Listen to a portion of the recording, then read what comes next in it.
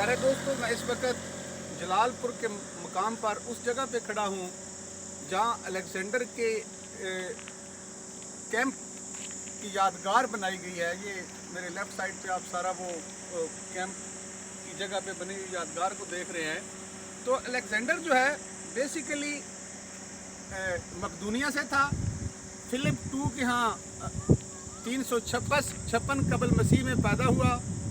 336 कबल मसीह में 336 कबल मसीह में मकदूनिया का हुक्मरान बना। और ये जो जगह है ये यहाँ पे पहुँचा 326 कबल मसीह में। और उस वक़्त जलालपुर शरीफ या दरिया जेहलम के जनूब वाली साइड और मशरक़ की तरफ राजा पोरस की उस वक़्त इधर हुकूमत थी। याद रहे कि अलेक्जेंडर द ग्रेट जो है ये अजीम यूनानी फ़िलासफ़र अरस्तू का शागिर्द था। और इस जगह पे उसकी फ़ौजों ने 2 महीने पड़ाव किया। और इसके यहाँ पहुँचने का जो रास्ता था वो वाया कलर तार, मौजूदा आड़ा और बशारत के रास्ते, वो इस जगह पे आके उसकी फ़ौजों ने पड़ाव डाला। और इसके साथ जो ये नाला बरसाती बह रहा है इसको आज मौजूदा दौर में खंडर के नाम से कहते हैं। और जो मुहक्किकीन हैं उनकी राय ये है कि दरअसल इस नाले को भी अलेक्जेंडर के नाम पे अलेक्जेंडर नाले का नाम दिया गया था, जो वक्त के साथ साथ खंडर में तब्दील हो गया। प्यारे दोस्तों, जेहलम के साथ उसकी 2 तारीखी याददाश्तें वाबस्ता हैं। एक तो ये जिधर मैं खड़ा हूँ जहाँ उसने पड़ाव किया, और ये जो खिवड़ा में हमारी नमक की कौने हैं जो आज दुनिया में बड़ी पॉपुलर है, हमारे लिए वसाइल का एक ज़रिया है।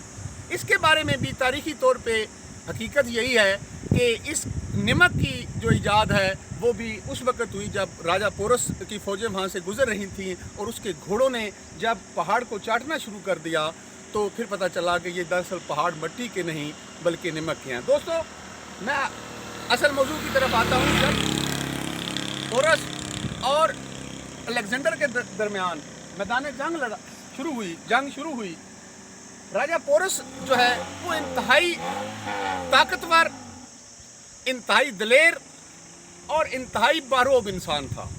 और उसने बहादुरी से अलेक्जेंडर का मुकाबला किया और तकरीबन जंग जीत चुका था। ये हमारी जो टर्म इस्तेमाल होती है पोरस के हाथी, दरअसल इसकी हकीकत भी यही है कि जब अलेक्जेंडर ने देखा कि मैं जंग तकरीबन हारने वाला हूँ, और हारने की उसकी वजह राजा पोरस की फ़ौज के अंदर वो हाथियों वाली रुतें थीं जो यकीनन यूनानी फ़ौज को बहुत ज़्यादा हर्ट कर रही थी।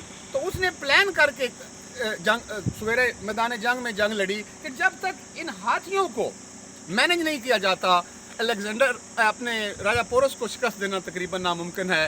तो प्यारे दोस्तों, अलेक्जेंडर ने वो जो तीर थे ना, वो उसमें कपड़े की और उसमें ऑयल डाल के उसके आग के जो तीर हैं वो उनकी तरफ फेंके अलेक्जेंडर अपने राजा पोरस की फ़ौज के हाथियों की तरफ। और जब उन्होंने वो आग के शोले हाथियों ने देखे तो हाथी बिफर कर अपनी फ़ौज को उन्होंने रूंधना शुरू कर दिया। इसीलिए आज के दौर में भी जो कोई अपनों को नुकसान पहुँचाता है उसके बारे में कहते हैं कि ये पोरस का हाथी है। दोस्तों, जब जंग जीत गया अलेक्जेंडर, राजा पोरस को शिकस्त हो गई, तो उसने कहा कि तुम्हारे साथ कैसा सलूक किया जाए। तो राजा पोरस ने बड़ी दलेरी के साथ कहा कि जो बादशाहों के साथ करते हैं। तो अलेक्जेंडर राजा पोरस की जुर्रत से मुतासर हुआ और उसने उसकी सल्तनत उसके हवाले कर दी और आगे मुल्तान की तरफ चला गया। प्यारे दोस्तों, मुल्तान के करीब खोखरों का एक ग्रोह होता था जो छापा मार जंग लड़ते थे। और उनके छापा मार दस्ते का कोई जो है अपना क्या कहते हैं उसको, सुम वगैरह, वो एक रात अलेक्जेंडर के जिस्म में पेवस्त हो गया।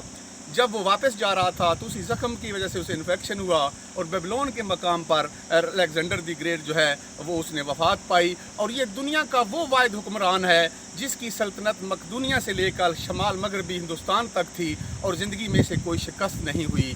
ये अलेक्जेंडर जो है, अगर इसे किसी ने मकदूनिया से लेकर यहाँ तक पूरी जुर्रत और ताकत से रोका तो उसका नाम राजा पोरस था, जो यकीनन जंग जीतने वाला था, लेकिन उसकी अच्छी हिकमत अमली की वजह से उसे शिकस्त हो गई। और इस इलाके के जो लोग हैं उनको यकीनन इस बात पे फ़ख्र होना चाहिए कि کہ ہمارا ہیرو راجہ پورس تھا جس نے بے جرتی نہیں دکھائی، دنیا کے اس حکمران کو بھی چیلنج کیا جو ناقابل شکست آ رہا تھا۔ بہت شکریہ، بہت مہربانی۔